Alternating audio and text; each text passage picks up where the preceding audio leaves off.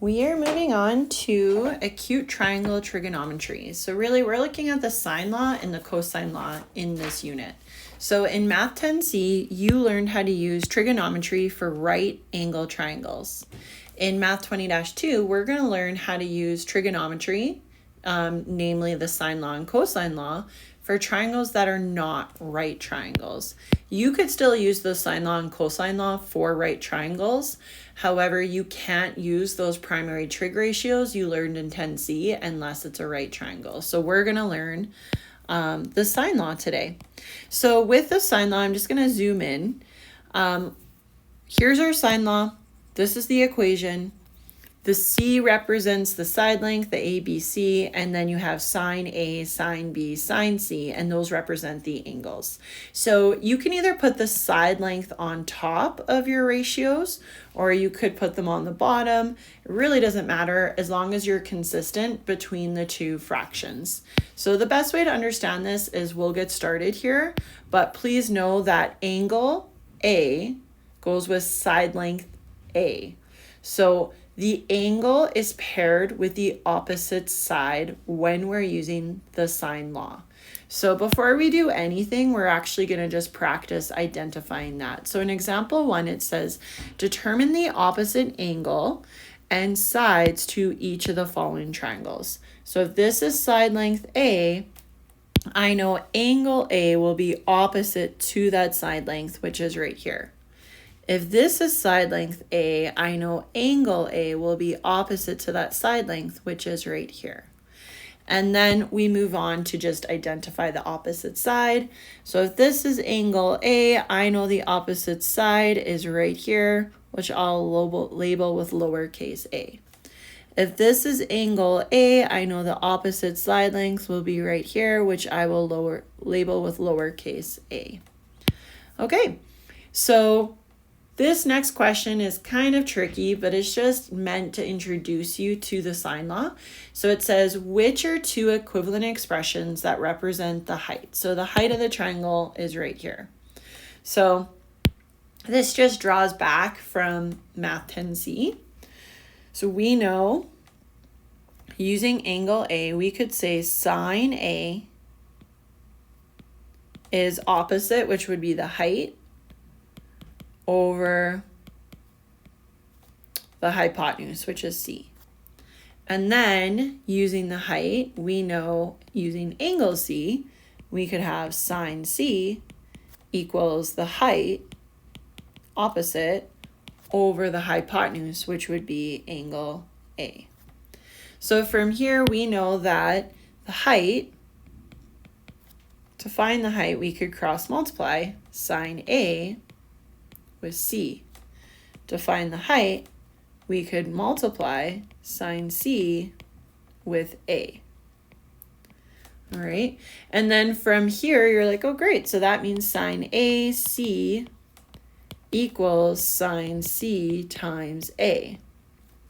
And then you could always divide the A over, divide the C over, and that's actually where the sine law comes from.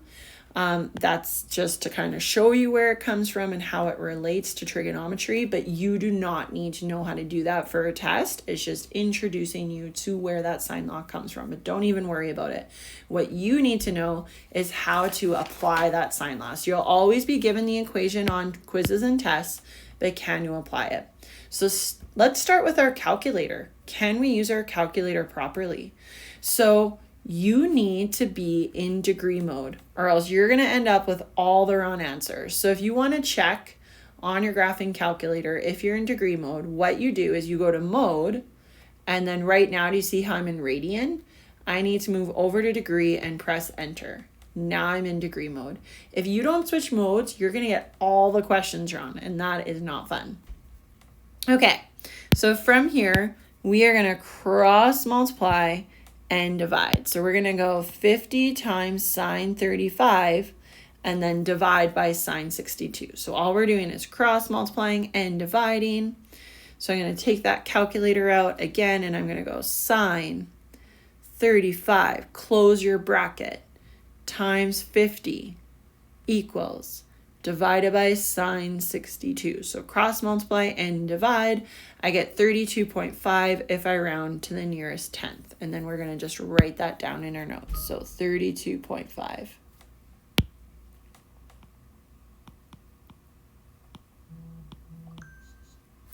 Okay, and then moving forward here, cross multiply, that's what is across from each other, and divide.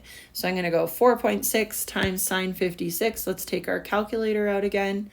4.6 times sine 56, close the bracket, divided by 6.7, and I get 0.5. And you're like, whoa, that doesn't make sense. Should I have an angle that small? No, that's your ratio. So you actually have another step when you're trying to find the angle. So when we want to try to find the angle, we go second function sine, and then if you go second answer, it'll just carry that ratio down, or you could type it in, right? That's okay too. Like if you went 0.5691899, but I would recommend go like at least 5 or 6 decimal places. Don't round that ratio early. So it's honestly easier to just go second sine, second answer, and then type it in that way. And then we're getting 34.7 degrees. Okay, so we'll go back to our note package here, and we're going to write 34.7 degrees. So that is our angle D. Okay, and then we continue on, cross multiply and divide. So I'm going to go 30 times sine 29, close my bracket, cross multiply and divide. Divide by sine 55. There we go. We got 17.8 as our sine length. So we're going to just go ahead and write x equals 17.8. Last one, cross multiply and divide. So I'm going 8.1 times sine 53. I'll type that in my calculator. 8.1 times sine 53. Cross multiply and divide by 6.8. So to get my angle, I go second function sine, second answer, enter. And I'm getting 72 degrees when I type that in.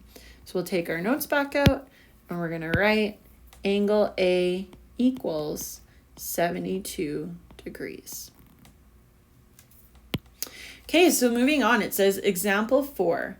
Explain how you could determine the measure of angle E in the acute triangle.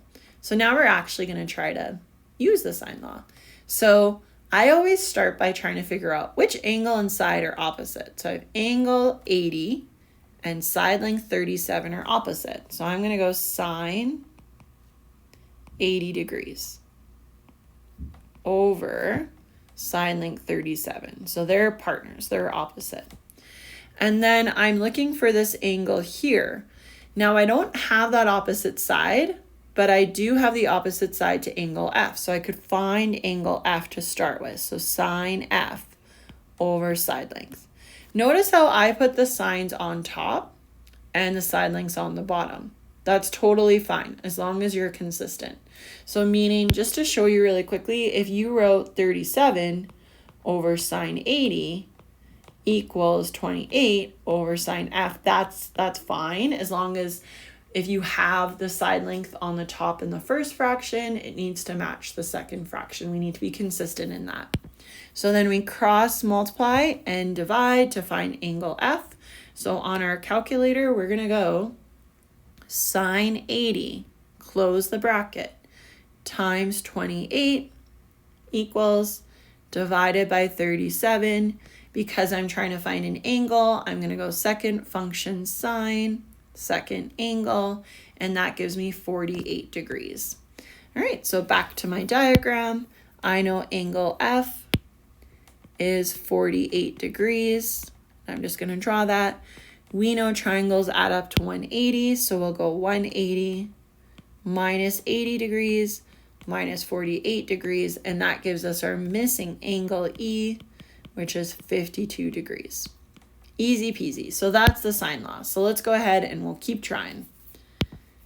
Angle 41 is opposite to 8.5. So I'm going to write sine 41 over 8.5.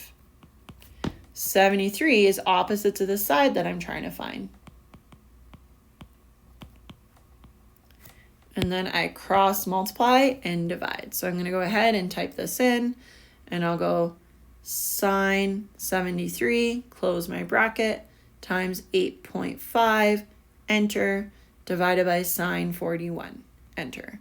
And I get 12.4. So I'll go ahead and write that down, and I'll say A equals 12.4, and I actually have a unit here. I know it's centimeters, and it is telling me to round to the nearest tenth. All right, let's try the next one. 108 is opposite to 12.9. So I'm going to go sine 108 over 12.9. And then I'm looking for angle B, or side length B, and it's opposite to angle 24. So I have sine 24 over side length B. Cross multiply and divide. So on my calculator, I'm going sine 24 bracket times 12.9, enter, divided by sine 108, and I'm getting 5.5 as my answer. So I'll fill that in. Okay, so B is 5.5 meters this time. Okay, last example. So angle 70 is opposite to side length 6.3. So I'm going to write sine 70 over 6.3. And I'm looking for angle A, sine A, and it is opposite to 5.4. Now that I have this set up, I cross multiply and divide.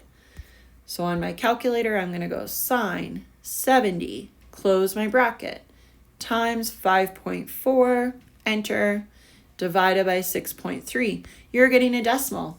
Do you think it makes sense to have an angle that small? No, right? That's the ratio. So to find the angle, we're going to go second function sine, use that answer, enter, and I get an angle of 54 degrees. Because if we go back to the note package, it's telling us to round to the nearest degree. Well, let's write that down. Angle A equals 54 degrees. Okay, last question. So I have 92 is opposite to 28.6.